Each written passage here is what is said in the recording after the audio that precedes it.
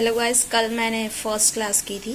आज हमारी second class है और सबको मेरा गुड इवनिंग, गुड मॉर्निंग। तो आज हम क्वेश्चन नंबर 11 पढ़ेंगे। निम्नलिखित में से कौन सा बुद्धि के मापन में प्रयोग नहीं किया जा सकता?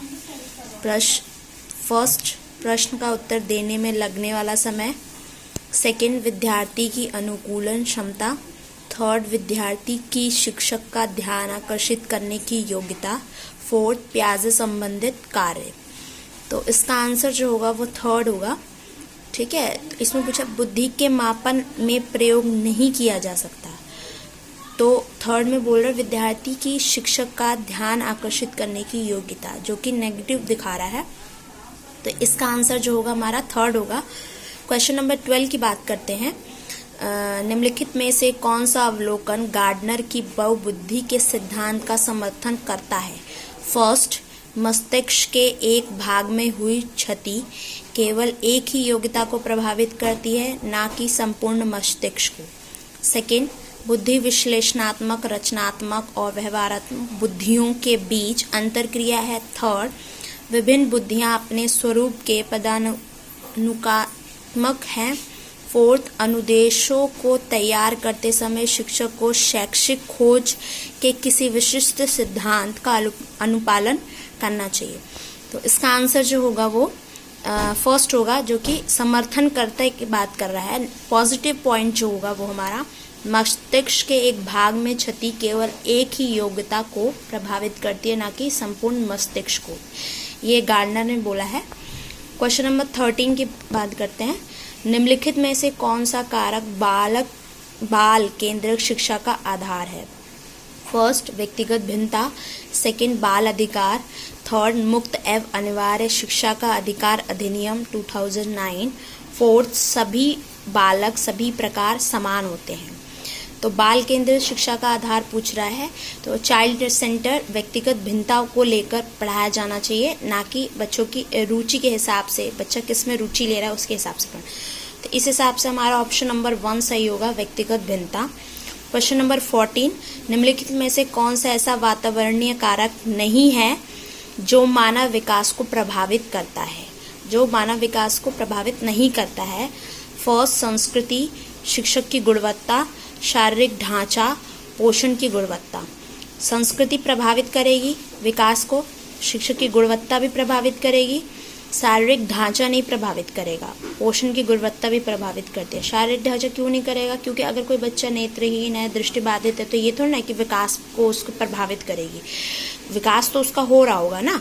ठीक है, तो क्वेश्चन नंबर 15, निम्नलिखित में से कौन सा कथन संज्ञानात्मक विकास का समर्थन करता है? समर्थन की बात कर रहा है, जो कि समर्थन संज्ञानात्मक विकास का करता है। ज्ञान विकास उन गतिविधियों को प्रस्तुत करता है जो पारंपरिक विधियों को पुनर्बलित करती हैं। सेकंड, ज्ञानात्मक विकास उन्नत और विविधतापूर्ण वातावरण प्रदान करता है। थर्ड, संज्ञानात्मक विकास संयोजनात्मक विधियों की तुलना में व्यक्तिगत गतिविधियों पर अधिक ध्यान देता है। संज्ञानात्मक विकास प्रासंगिक तथा सुनियोजित अभ्यास की व्यवस्था करवाता है। संज्ञानात्मक विकास का समर्थन फोर्थ चारों पॉइंट में से जो है, तो इसका आंसर जो होगा वो सेकंड होगा। संज्ञानात्मक विकास एक उन्नत मतलब अच्छा वातावरण प्रदान करता है ताकि बच्चे अच्छे से सीख सकें। क्वेश्चन नंबर 16, डिस्लेक्सिया का संबंध मुख्य रूप से किस कठिनाई से संबंधित है? तो ये तो सबको पता होगा, इसका आंसर देखते ही पता लग जाना चाहिए। क्वेश्चन नंबर ऑप्शन नंबर 4 पठन से मतलब रीडिंग से संबंधित है। जेपीडी के अनुसार एक बालक के डैश में शिक्षक की महत्वपूर्ण भूमिका होती है। संज्ञानात्मक विकास में सेकंड वृद्धि, थर्ड घमंड, फोर्थ कमजोरी।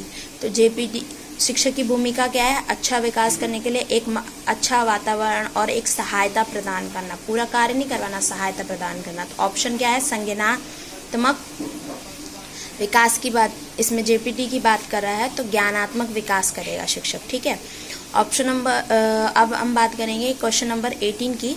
समावेशी शिक्षा का संबंध उस विद्यालय शिक्षा व्यवस्था से है जो विकलांग बच्चों को शामिल करती है, बच्चों की शारीरिक, बौद्धिक, सामाजिक, भाषाई या किसी अन्य अयोग्यता को अनदेखा करते हुए सभी को शामिल करती है।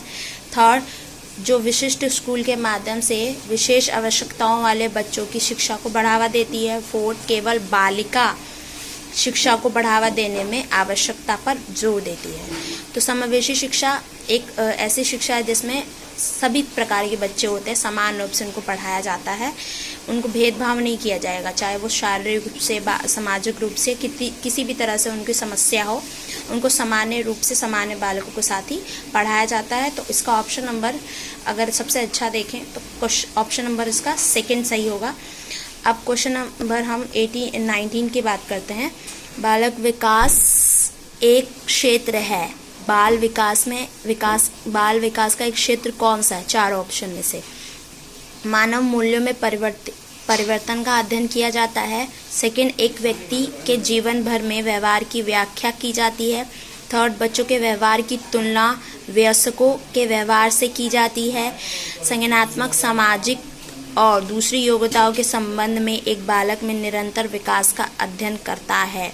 ठीक है, तो इसमें जो होगा आंसर नंबर इसका होगा बाल विकास। संज्ञानात्मक, सामाजिक और दूसरी योग्यताओं के संबंध में एक बालक में निरंतर विकास का अध्ययन करवाती है। ठीक है, तो आंसर नंबर जो होगा वो 4th माना जाएगा। इसमें सबसे बेस्ट जो है अब हम क्वेश्चन 20 की बात करेंगे। वृद्धि और विकास के बारे में गलत कथन की पहचान कीजिए। गलत पूछा है। ठीक है, वृद्धि मात्रात्मक बदलावों की ओर संकेत करती है, जबकि विकास गुणात्मक बदलाव की। सही बात है। वृद्धि वातावरण का कार्य है, बिल्कुल सही है। विकास के बिना वृद्धि संभव नहीं और वृद्धि के बिना विकास संभव नहीं। 4th, वृद्धि आंतरिक तथा आनुवंशिक कारकों द्वारा नियंत्रित होती है। तो गलत ऑप्शन पूछ रहा है, तो इसमें गलत ऑप्शन जो होगा वो 3rd। बोल रहा है कि विकास के बिना वृद्धि संभव नहीं है, बिल्कुल गलत है। अगर विकास हो रहा है, वृद्धि नहीं भी होगी तभी भी विकास चलता रहेगा। कोई बच्चा है, उसकी एज बढ़ रही है, विकास नहीं हो रहा है, लेकिन बुद्धि तो बढ़ेगी ना साथ के साथ। और मान लो बड़ा हो रहा है, लेकिन उसकी मतलब एक दूसरे पर निर्भर नहीं करती है। ज़रूरी नहीं कि एक बच्चा जो है वो उसका विकास नहीं होगा तो उसकी वृद्धि नहीं होगी, और वृद्धि नहीं होगी तो विकास नहीं होगा। ठीक है, तो ये हमारे आज के 10 क्वेश्चन थे। नेक्स्ट क्लास में मैं 10 क्वेश्चन डिस्कस करूँगी। ठीक है, सबको थैंक यू जिन्होंने सबने मेरे वीडियो को देखा। And like and share and subscribe करें। ये मेरी 2nd क्लास थी। ठीक है, ओके, थैंक यू ऑल।